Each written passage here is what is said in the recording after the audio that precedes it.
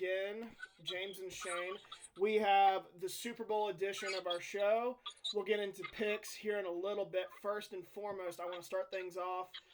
We got to talk about the trade that was made. I believe it was Saturday night, between the LA Rams and the Detroit Lions. So the Rams send Jared Goff and all his money to Detroit, along with this year's third-round pick and then 2 first-round picks in 2022 and 2023. And then in return, the Rams get Matt Stafford. I want your opinion. We kind of differed on our opinions of this. Kind of. I almost did a complete 180 on my opinion. Really? Yeah. After I thought about it and everything, because I sit there and listen, man. Obviously, steep and they, the Rams are just giving out first round picks like they're fucking candy. And I hate that.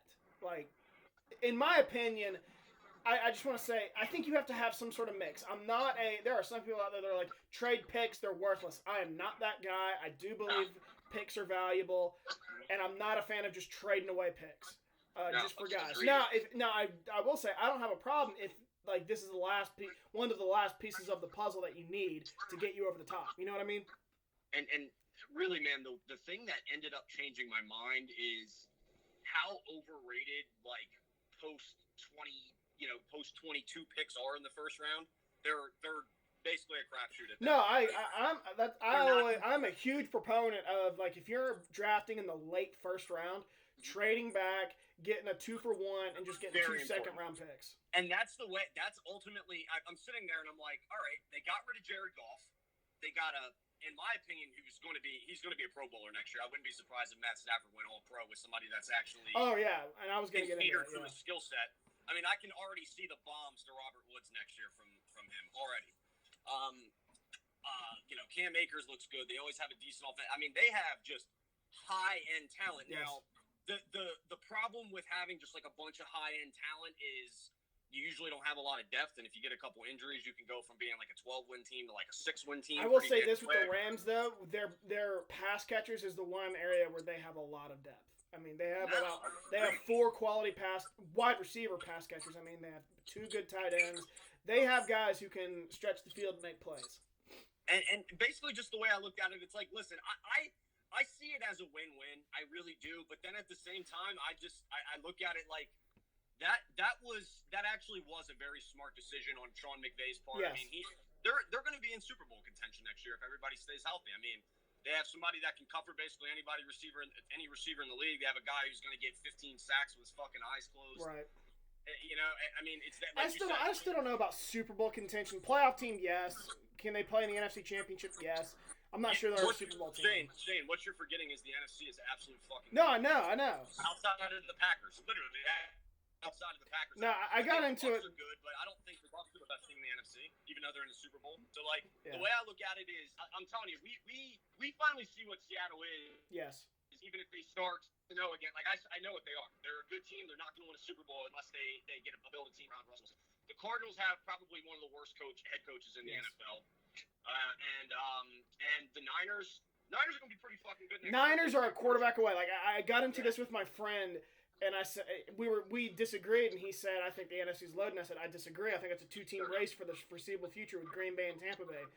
And I said there are 2 teams that I think are wild cards, depending on what they do, could easily change things. San Francisco is one of them. If they get Deshaun Watson, like, by all means, they're the favorite in the NFC.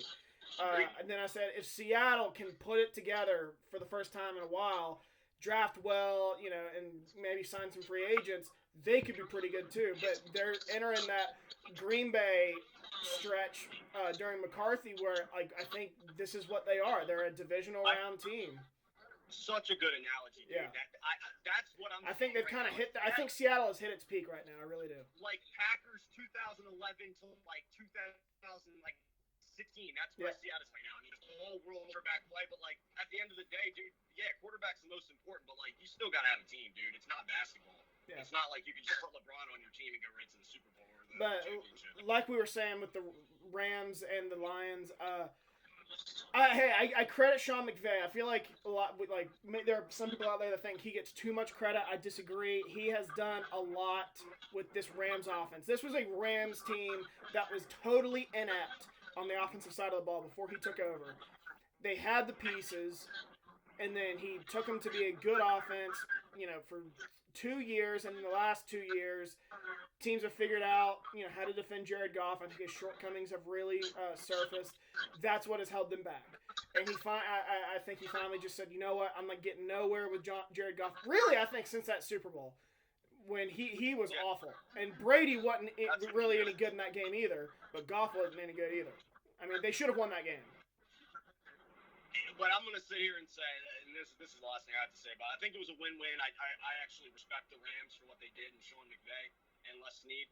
Is there a luckier man on planet Earth than Matt Stafford? Matt Stafford just walked out of probably the most embarrassing franchise. I mean, there are maybe a handful of situations that are better than what the Rams have right now.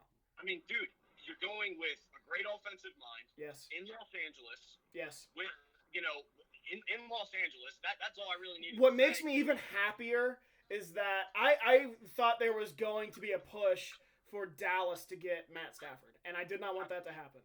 I did. I thought the Redskins or the football team had a lot better chance of getting him than him. Yeah, I'm happy. For the Rams, I mean, it keeps you in playoff contention. Even though I don't like the way Les Snead just gives away first-round picks, I do think that front office drafts well. I mean, they always have, even though they don't have first-round picks, they always draft pretty well later. So I think they're going to be fine. As for the Lions, I understand why you want to move on from Stafford. I think the relationship was getting pretty stale. You want a fresh start. Why, though, do you take on Jared Goff? That's something I can't wrap my head around. You're completely restarting in Detroit. You really are. New GM, new head coach. You're all-pro, not really all-pro, but Pro Bowl quarterback's gone now. Why would you take on Jared Goff and his contract? And they still could. They could still draft. They got the number 7 pick. They could just draft a quarterback. They'll be in position to draft one in this year. I could see a Trey Lance or Justin Fields falling to them at 7.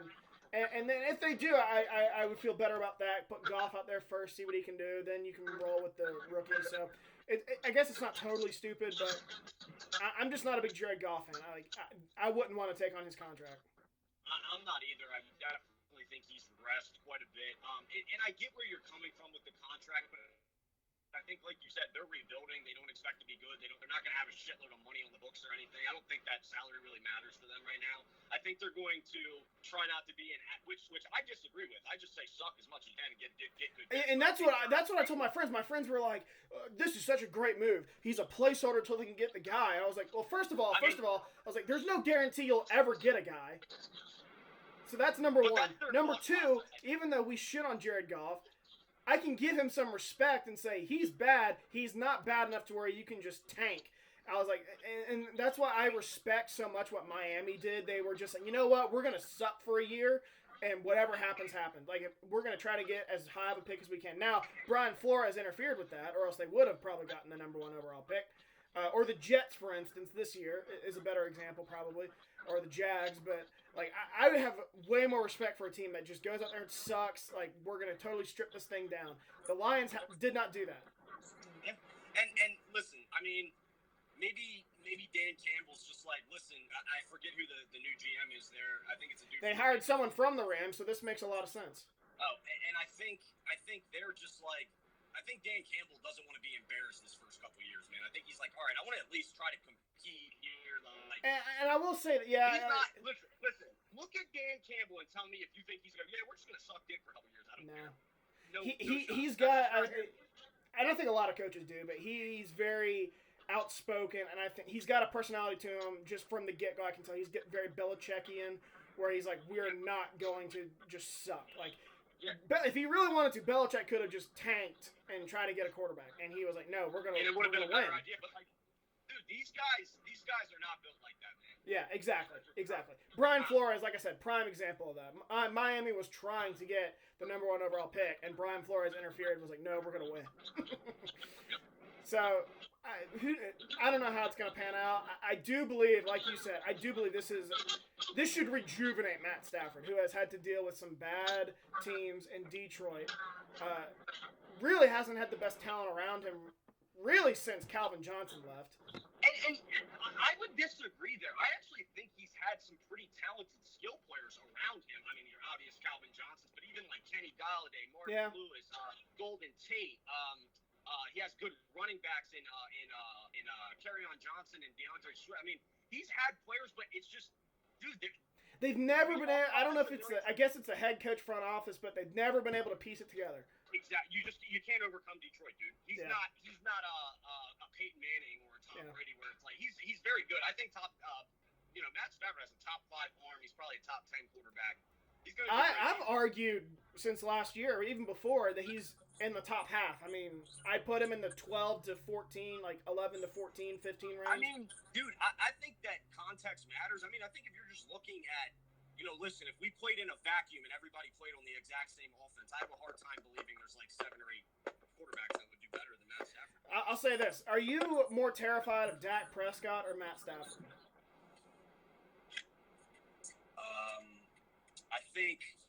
I think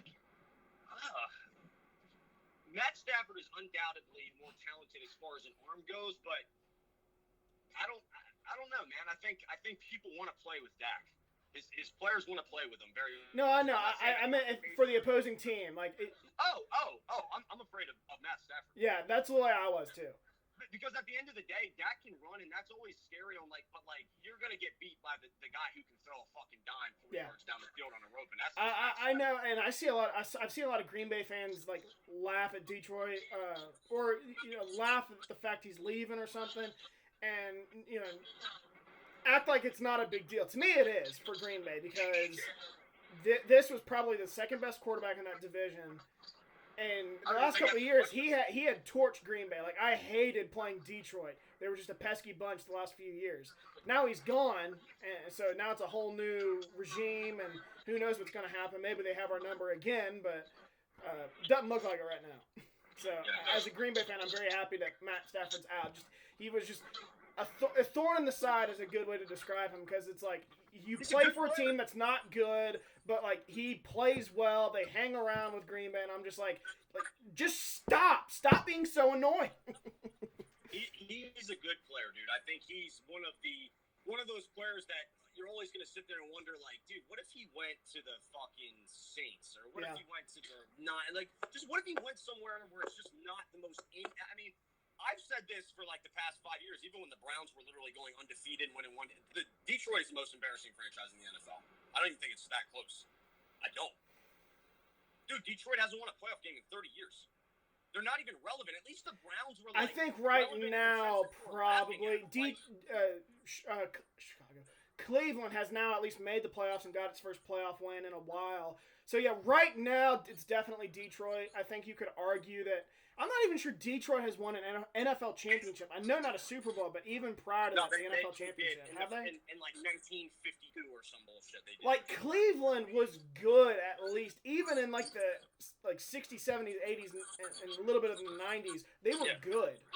Had some good teams. They were in the AFC championship a few times. Ozark teams, like they were a competitive team. Like, dude, Detroit is legitimately never competitive. How do you get a quarterback as good as Matt Stafford winning double? I think they won double-digit games twice in like 10 years. I'm not even sure it's that high. Every time they've made the playoffs, it's been like at 9-7. I'm pretty sure. Maybe except in 2011. I think they were 11-5. They went 11-5 one year. I know in 2011 they did. But every other time they've made the playoffs, I think they've been 9-7. I just don't think Matt Stafford is the type of brain that can like, listen, dude, you put Peyton Manning on any team, he has the brain to dissect it. Like, you're going to be a good team, period. I don't think he's that. He is more of like he's kind of like a white Russell Wilson if you actually watch him play. I mean, he just spins around in circles out there and fucking tosses that rock. So, I don't know. I think that can get him in trouble. I hope he doesn't get hurt. He's really tough, dude. I mean, he takes his licks and hops right back up. But, I'm really excited to see him in a Rams uniform. And I want to see what Sean McVay can do with a dude, a real dude. I think this could propel the Rams to being the top team in the NFC West next year. I've already said that. Listen, and like you said, dude, if the Niners get Deshaun Watson, it's not even close because they got the roster and the quarterback. If the Niners even get a Carson Wentz and Shanahan resurrects his career and he plays at a top 12 level, like they have a way better roster than all those other teams. The Niners that were decimated with injuries, they are a playoff team. Oh, absolutely. Even if they get a Wentz or a Kirk Cousins, I've seen his name floated around. I was just gonna say, dude, if you put like a Teddy Bridgewater in San Fran, I think they win 10 games. Really? Yeah. I don't think they'd win the Super Bowl, but no, yeah. Not at all.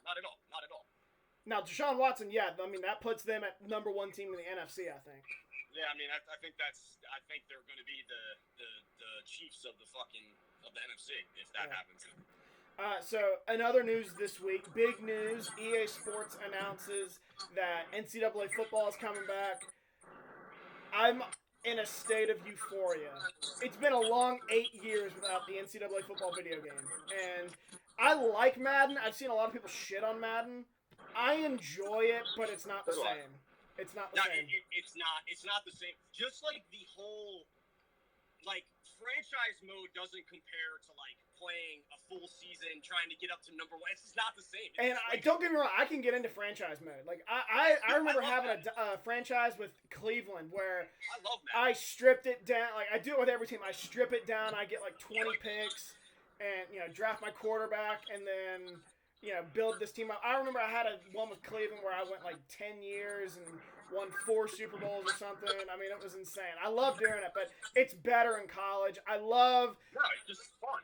Yeah, and I found out, I thought I was a nerd, but I loved recruiting in NCAA football. And this week, people have told me, dude, recruiting was the best part. So I'm like, okay, so I'm not the only one that thinks that. No.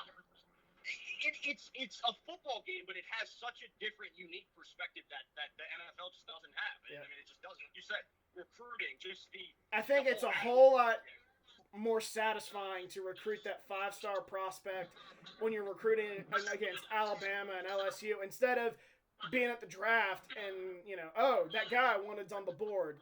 I'll get him. You know what I mean? I hope they pay for people's likeness and just get everybody's name. I know. So, that's in the works. Don't get me wrong. Like, my friends are saying, it's going to be... Cool. Dude, can you imagine just fucking, dude, I'm about to play with Clemson and I literally have Trevor Lawrence fucking taking snaps right now. Oh, I know. Like, my friends were saying how, it's going to be a while, and it'll be after this name, image, likeness thing. I said, not the way they have talked. The way EA Sports has talked has made it seem like they're coming out with this regardless, and it's going to be, we're just going to basically, I think, randomize players. Yeah. And give a random roster. You can edit it how you want or download it, rosters like that you had to do in the past. And then when the name, image, likeness stuff gets panned out with the NCAA and, everything is buttoned down and everything, then I think you will see players in the game and stuff like that. Players, honestly, will probably pay EA Sports to be in the game, honestly. Yeah, no, I agree. They literally would. They'd be like, send us $50 and we'll push you in the game. Like, they would love that shit. I mean, that's just cool as shit. But, like, you just think about it. Like, it would be so easy for EA Sports to just be like, listen, we're going to have $1,000 to $10,000 ranking, and we'll determine how much we're going to pay you for your likeness in this game, depending on how big of a player you are. They can go off, like, no, I think for a game like this, everyone who's in it, you just give them, I don't know, some sort of money. I mean, and it's the same because it shouldn't be this dude's a 99, give him more, and this dude's a 76 or something, give him less. No, if you're in the game, you should get the same, I think. And it should be, $100 or something. Yeah. All right, so what was that? That'd be sweet. I'm so excited. And I know it's going to be a while, but we've gone 8 years without it. I can go, it's probably going to be like 2 years, probably, but I can go another 2 years. I'm cool with that. All right, so let's get to the Super Bowl. Our picks. Reminder: James bested me in the regular season. This does count toward our season picks, but it doesn't really matter because you had a 4-game lead over me in the regular season, so you're gonna win regardless. But so Super Bowl 55, Chiefs, Bucks. What do you think of this matchup? We previewed it a little bit last week, but I want to know more of your thoughts. Have you changed your opinion at all? I can tell you right now, I will be wholeheartedly pulling for the Bucks. I just don't see it, man. What I think is going to happen, and I think it's going to be very similar to last year, I think the Bucs are going to jump out to the lead because they're going to start a little bit slow. The Chiefs are going to start a little bit slow. I can see that. I wrote about it on my blog, and I'll publish my picks on it tomorrow, but I'll just go ahead and reveal it right now. But I wrote it, and I was like, I think Tampa's going to come out with an energy that we have not seen in a Super Bowl. And you would think, duh, it's the Super Bowl. But this is a Super Bowl. We have never seen this, a team playing on its home field in the Super Bowl. We've never seen it. And I think that gives the Bucs a whole new level of comfortable, they're going to be comfortable. They've been in their homes the last 2 weeks, after 3 weeks on the road. I think that, and then you factor in the fact you can go into this game and win it all on your home field. I think this is going to be an energy level we have not seen in a Super Bowl. And I do think you're right. They could jump out to a lead. And I'm going to tell you right now, the Tom Brady factor isn't limited to him playing quarterback on the field. Them young boys are playing ball on Sunday for Tom Brady. Believe that shit. Period. So they are going to come ready to play. I just think at the end of the day, dude, they don't have the firepower to stop Travis Kelce and Tyreek Hill. They can't cover them. I don't either. So that's the thing. So I'll go ahead and say where I think Tampa could win this game is running the ball. I think that they match up well with Kansas City's defense. Overall, they do, but even more so in the run. They've run the ball well in the postseason, except in the NFC Championship game. If they can run the ball well, they don't have to churn clock, but be effective, keep Kansas City's defense guessing. That would help them put up points and stay in the game, and then potentially slow it down and keep Mahomes off the field. I'm not sure you really want to do that. Maybe, I don't know. I think slowing the game down can be problematic a little bit. My opinion is this is what I would do. Listen, the Chiefs are going to score because they just have better offensive players than you have defensive players. I would say be risky with your blitzes, be risky with your coverages, try to get a couple picks and a couple sack fumbles. Obviously not 4 turnovers, but dude, try to get a sack fumble by bringing 7. My opinion with Kansas City has always been, and I said this even when I was thinking, if Green Bay played in this game, I would not want Mahomes to be comfortable in that game, in a game. And that's what I'm saying. It's dude, he's gonna get his. So, dude, disguise a coverage that might end up being a TD, but you might get a pick off of it. Yeah. Send an extra man to the left side where your starting left tackle is not playing. Yes. And I think, dude, that's the type of coach Arians is. So that's what they're gonna do. The only way the Bucs are gonna win this game is very similar to what I said about the Packers. They're gonna have to win the turnover battle. Yeah, I said the exact same thing. That's it. There's no Tampa way. Bay has won their 3 games in the playoffs by forcing turnovers. They forced 7 turnovers in 3 games, 4 of those in 1 game. And they have scored 42 of the 92 points that they've scored in the playoffs off turnovers. Other than that, Tampa Bay's offense is only averaging 16 points a game. That is not going to be good enough to beat Mahomes. Nope. So, I completely agree. It's going to come down to turnovers. If Kansas City doesn't turn the ball over, this game's over. I think it's not even going to be close. Yeah. If they don't turn the ball over. I'm expecting there might be 1 or 2. But if they don't, this will be a wrap by halftime, I think. I agree. I ultimately do think it's going to be close. Score predictions? I actually am, like I said, I'm anticipating maybe 2 turnovers at the worst. And even with a team like Kansas City, I don't think that's going to kill them because they have a great ability to score the ball so quickly. I'm not sure it's going to matter if they turn the ball over more than about twice. 3 or 4, that's problematic. Yeah. But just twice, that's going to keep them in the game. Yep. And even if it is 2 times, I still think Kansas City is going to win pretty comfortably. I said Chiefs by 10. Yeah. I just don't think the Bucs have the firepower. Dude, that's exactly where I'm at right now. I do ultimately think that, it's 1 game, Yeah. You never know what's going to happen. I do think that they win fairly comfortably. I think it's going to be pretty high scoring. I got 37-31. It would be different if the Bucs were scoring these points purely on offense, but the fact that they're relying on turnovers, I think they're too reliant on turnovers, and that's just not something I think you want to bank on with a chance to win it all because you're likely not gonna get the breaks. It might happen. I mean, it very well could happen. You might just. The star, like I said, I've said this phrase before. The stars could align for you, but it's just a hard thing. Turnovers are a hard thing to bank on, I think, and I think I got to go with the Chiefs on that. Yeah, I agree, man. Dude, I've been telling you this all year. I'm not picking against Chiefs. I just can't. Yeah, and that's the other thing too. I've doubted the doesn't allow you Chiefs. to. I doubted the Chiefs, and I do think the way I doubted them was warranted. No, agreed, Yeah. but they just win anyway. Yeah, and I honestly thought, I did think that the best chance for a team to beat them was off that bye, because they had 2 weeks off pretty much, and they would be out of sync, and that's been the closest game of their 2 playoff games. That was the closest against the Browns. So, and I said, if they won that game, it's likely a wrap, because I don't see them losing the rest of the way. Yeah, I agree, man. And that was it. Browns had them. And see, that's the thing, though, dude. Like, the fucking Browns almost beat them, dude. They're not unbeatable. I really like. That's why I think if Tampa can run the ball, they'll have a chance and force some turnovers. That's why I'm glad that it's Tom Brady and not just some really talented quarterback in Tampa Bay, because like I think you could get pretty intimidated by the Chiefs, and I'm gonna tell you, like, guess who's not, and guess who's not gonna let his team be? My son. So, or my father, Thomas Brady. So. I fucking love Tom Brady, dude. I might have to name my son Tom. Thomas Brady Connolly. All right, so that's basically it. I don't really have anything else. I saw your boy Nick Sirianni had a horrible introductory press conference allegedly. No, not ideal. It not definitely ideal. Wasn't great. You could just tell he was really nervous, man. This is what I've learned, watching football for a long time. Like, dude, if he goes out there and he wins football games, nobody gives a shit. If he goes out there and looks like shit as a coach, that's going to be a big, big problem. They're going to say, yeah, you remember that introductory press conference where he like shit?